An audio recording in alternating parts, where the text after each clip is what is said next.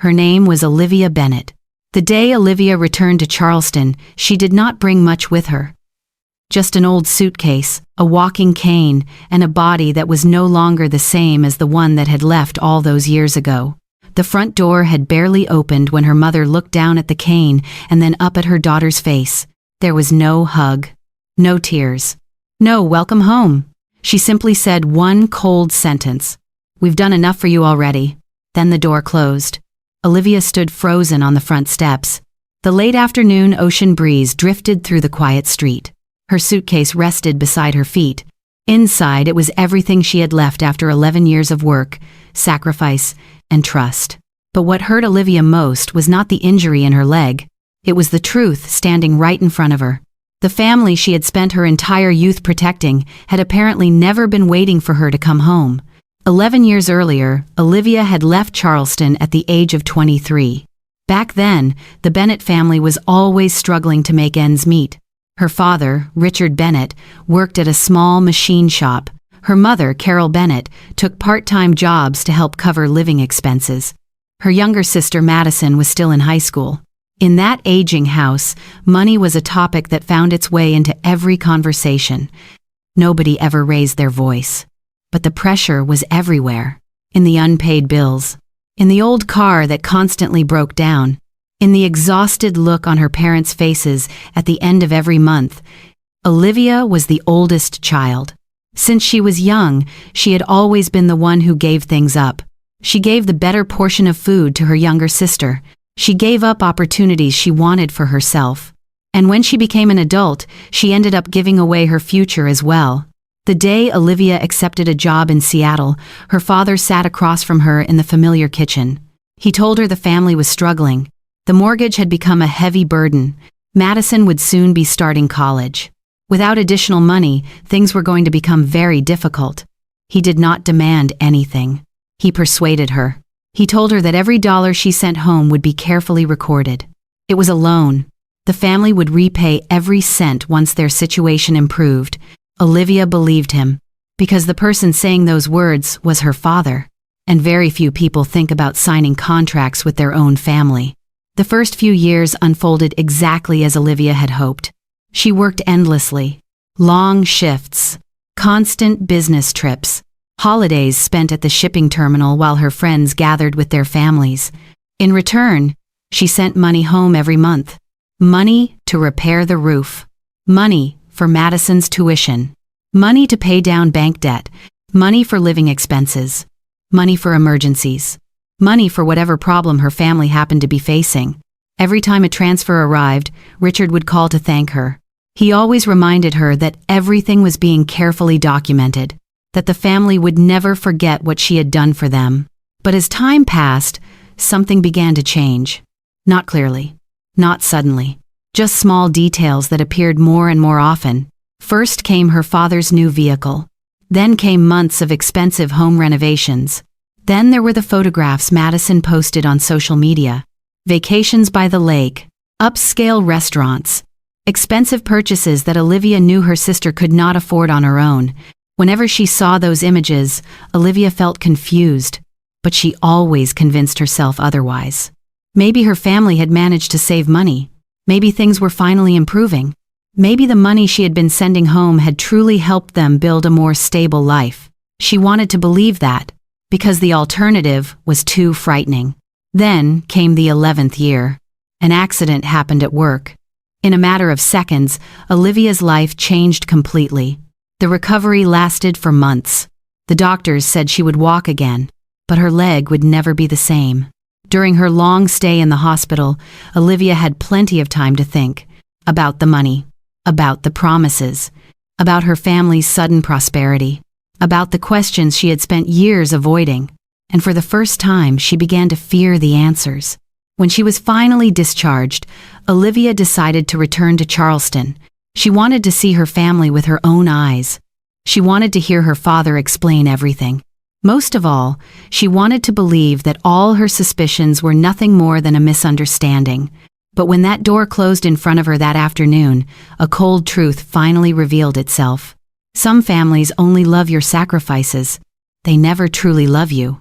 and Olivia Bennett was about to discover the real cost of spending 11 years trusting the wrong people. Olivia did not return to a hotel after her parents turned her away. Instead, she sat alone for nearly an hour at a small bus station on the edge of town, watching people come and go without truly seeing any of them. For 11 years, whenever life became difficult, she had always thought of her family as the place she could return to. Now that place was closed. Literally. The sun slowly disappeared behind the rooftops. Long shadows stretched across the pavement. Olivia pulled out her phone and scrolled through her contacts. There were very few people she could call. Then her eyes stopped on one name. Eleanor Bennett. Her grandmother. A woman in her 70s whom she had not seen in nearly 4 years. Olivia pressed the call button. The phone rang only once. Then she heard her grandmother's voice. Olivia. Just those 2 simple syllables were enough to tighten her throat with emotion.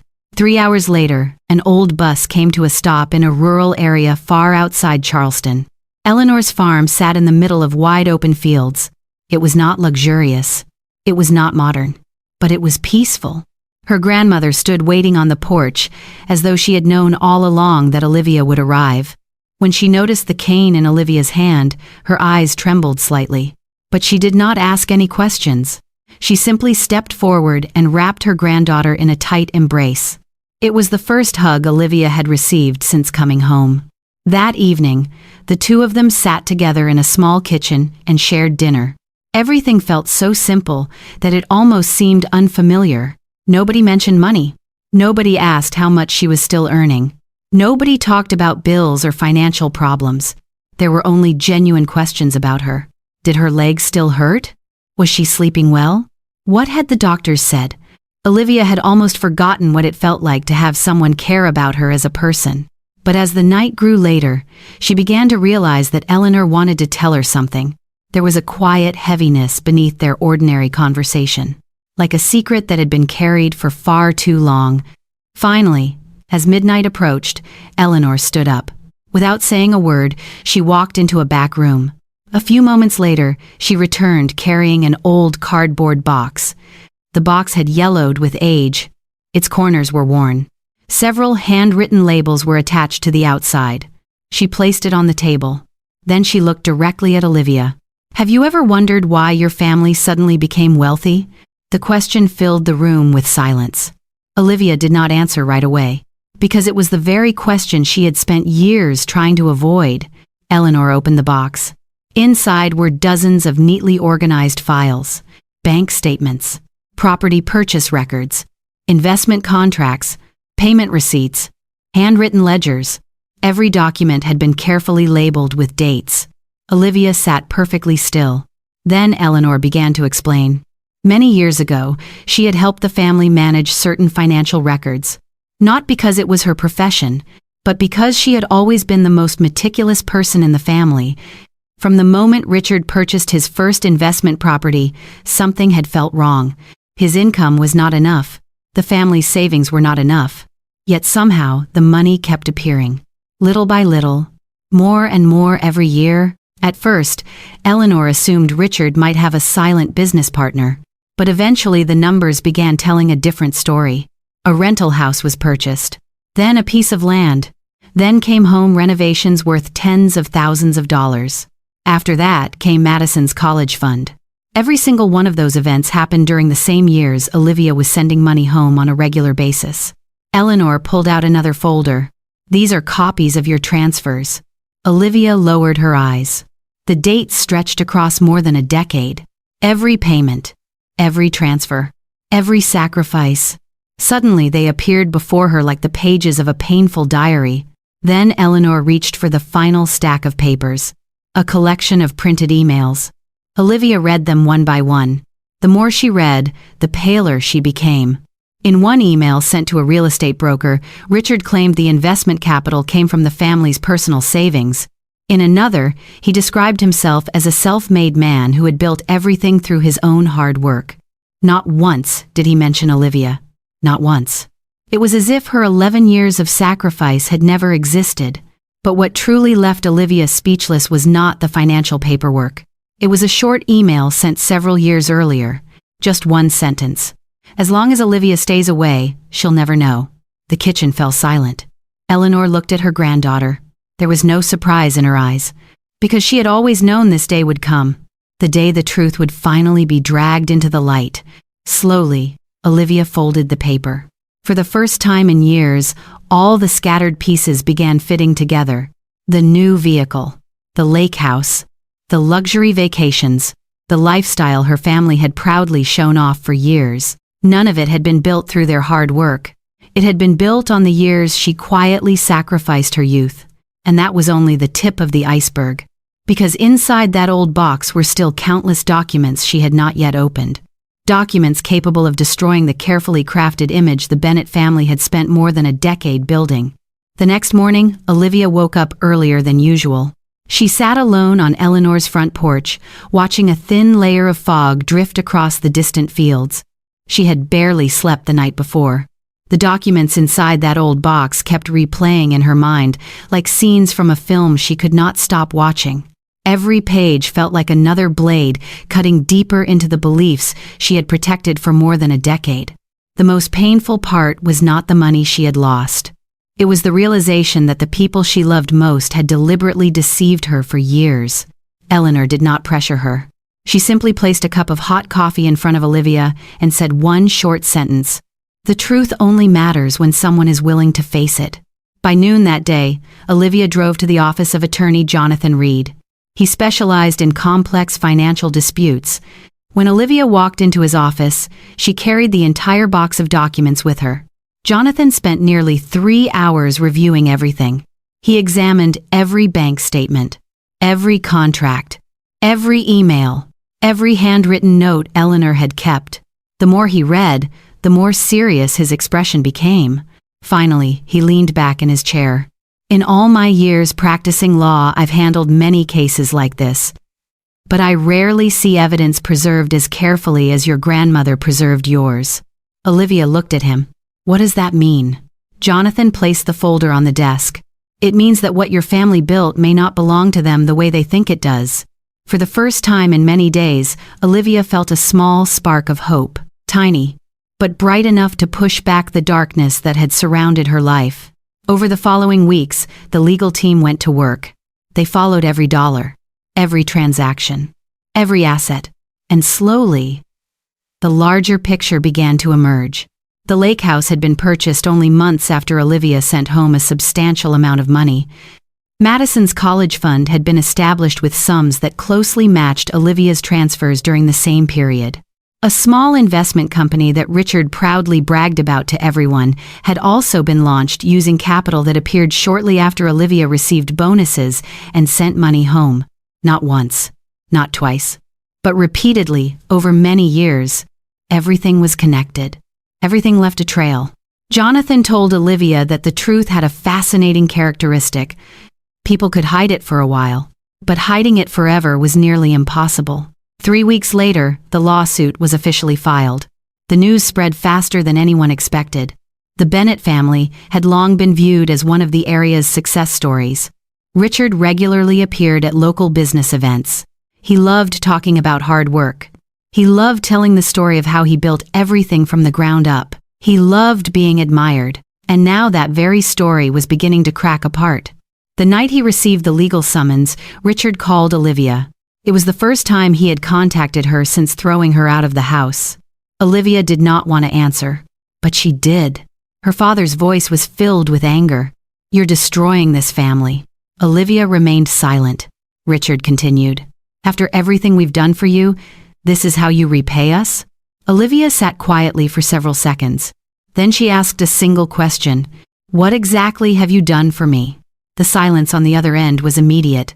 It lasted only a few seconds, but it said more than any explanation ever could. Richard ended the call first. He never called back. Meanwhile, Madison was preparing for her wedding. She had always believed her parents were successful because of their hard work. She had always believed her family was something to admire. But as documents became public during the legal proceedings, that belief began to crumble. One afternoon, Madison drove out to the farm. For the first time in years, the two sisters sat across from one another. Madison cried. She said she had no idea. She did not know where her college money had come from. She did not know that the first apartment purchased for her had been connected to Olivia's money. She did not know that the family's luxurious vacations had been paid for by years of her sister's labor and sacrifice. Olivia looked at her for a long time. She did not know whether to believe her, but for the first time, she realized Madison was also part of the system of lies their parents had created. Not long afterward, another setback struck the family. The primary sponsor for Madison's wedding suddenly withdrew support. One of Richard's largest business partners terminated their contract. A bank demanded a review of several loans connected to his investment properties. Small cracks began appearing everywhere. And for the first time in many years, Richard Bennett felt afraid. Because he understood better than anyone that the issue was no longer about words, it was about documents, numbers, signatures, evidence that could not lie. Meanwhile, Jonathan Reed continued gathering information. Near the end of the second month, he entered a conference room carrying a file twice as thick as any they had seen before. He placed it in front of Olivia. Then he said something that left her speechless. "I think we've just found something that could change this entire case. And if my suspicions are correct, your father isn't just facing the loss of money. He could lose everything he's built over the last decade." Olivia stared at the thick file resting on the table. She had no idea what was inside. But something deep inside her told her that the Bennett family's biggest secret had not yet been exposed. And once it surfaced, there would be no turning back. 3 months after the lawsuit began, everything started falling apart faster than anyone could have imagined. Not because of shouting, not because of dramatic confrontations, but because of envelopes filled with documents appearing on the desks of attorneys, banks, and financial investigators. The truth rarely arrives with a loud sound, but its power to destroy can be enormous. Jonathan Reed called Olivia to his office on an early autumn morning. He placed a new file in front of her. It was thicker than anything they had gathered before. This time, the documents did not come from Eleanor. They came from independent financial investigations. Jonathan looked at Olivia. Then he spoke slowly. "We found something your father has been hiding for years." He opened the file. Inside were records connected to multiple properties. Some were held under relatives' names. Some were registered under companies. Others had been transferred through layers of ownership structures. But every trail led back to the same original source. The money Olivia had been sending home, year after year, dollar by dollar, month by month. Jonathan pointed to one of the pages. This is why he always avoided talking about repayment. Because the money no longer exists. It became assets. It became profit. It became the life your family has been enjoying. And now every one of those assets can be considered in the final judgment. For the first time since the lawsuit began, Olivia felt her hands tremble, not from fear, but because she realized the truth was even bigger than she had imagined. Her family had not simply taken her money. They had built an entire empire from her sacrifice. Over the following weeks, the pressure continued to grow. Business partners began distancing themselves from Richard Bennett. People who once called him a successful entrepreneur slowly stepped away. One bank suspended the company's credit line. An investor canceled a planned partnership. The phone calls became less frequent. Invitations to community events quietly disappeared. The reputation Richard had spent more than a decade building was falling apart piece by piece. Things were no better at home. Carol Bennett almost stopped appearing in public. Neighbors began whispering. Old friends became cautious. Everyone seemed to be asking the same question. If those documents were real, how many years had they been living off Olivia's money? Even Madison could no longer ignore the truth. She canceled the lavish wedding she had always dreamed of, partly because of financial uncertainty, partly because she no longer wanted to build her future on a foundation of lies. For the first time in her life, Madison openly stood beside her sister. That infuriated Richard. But anger could no longer change anything, because the evidence still existed. And more of it kept appearing. Eventually, after months of negotiations, Richard's legal team proposed a settlement. Not because they wanted to, but because they understood that their chances of winning were almost gone. The assets began to be sold. The lake house, the rental properties, the investment accounts. Even the company Richard had always considered his proudest achievement was forced to liquidate part of its holdings to meet financial obligations. One brick at a time, the empire was dismantled. Slowly, but inevitably. Meanwhile, Eleanor called Olivia to the farm one afternoon near the end of the year. The sky that day seemed unusually clear. The two of them sat on an old wooden bench outside the house. Eleanor reached into her pocket and pulled out a stack of papers tied together with a blue ribbon. She handed them to Olivia. "It's time you knew." Olivia untied the ribbon and opened the documents. They were inheritance papers. Years earlier, after discovering what Richard had been doing, Eleanor had changed her entire estate plan. The farm, the land, the houses. Most of her assets had been left to Olivia. She had not done it to punish her son. She had done it for a different reason. She wanted the person who deserved it most to receive it. Tears quietly rolled down Olivia's cheeks. For years, she had tried to prove her worth to people who had never truly valued her.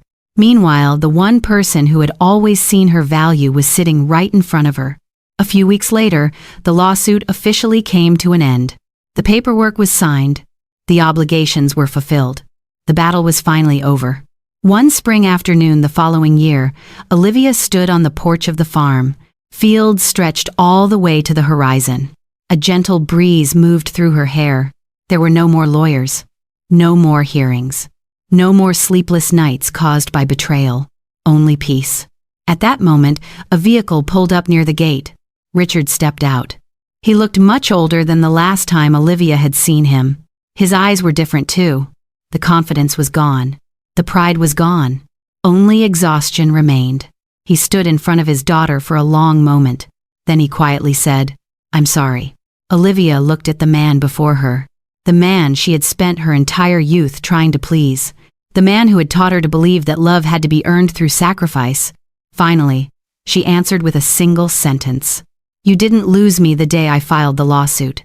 You lost me the day you chose money over family." Richard lowered his head. He said nothing else. Then he turned and walked away. This time, nobody stopped him. Olivia watched until the vehicle disappeared at the end of the road. Then she turned back toward the farm behind her.